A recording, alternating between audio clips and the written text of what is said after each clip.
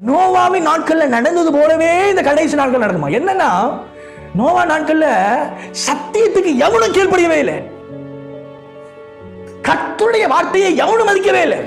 அவன் நோவாவும் பாவம் பிரசங்கம் பண்றாரு, சுவிசேஷத்தை சொல்றாரு, எப்பா மனம் திரும்புங்க, இன்னைக்கு மனம் திரும்பு, இன்னைக்கு மனம் திரும்பு. எவனும் நம்பல, கேவலப்படுத்துறான். என்னப்பா நீ பைத்தியம்ன்றான். அந்த கிருபை நாட்கள் முடிந்த உடனே நோவா என்ன பண்றாரு? உள்ள போறாரு.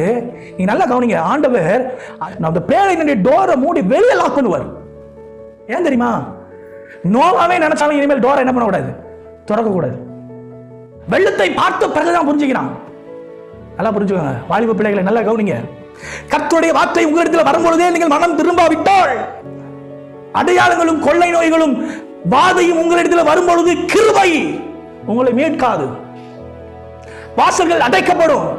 நீங்களே நினைச்சாலும் தேவ அன்புக்குள்ள வர முடியாது. நல்லா புரிஞ்சுக்கிடுங்க.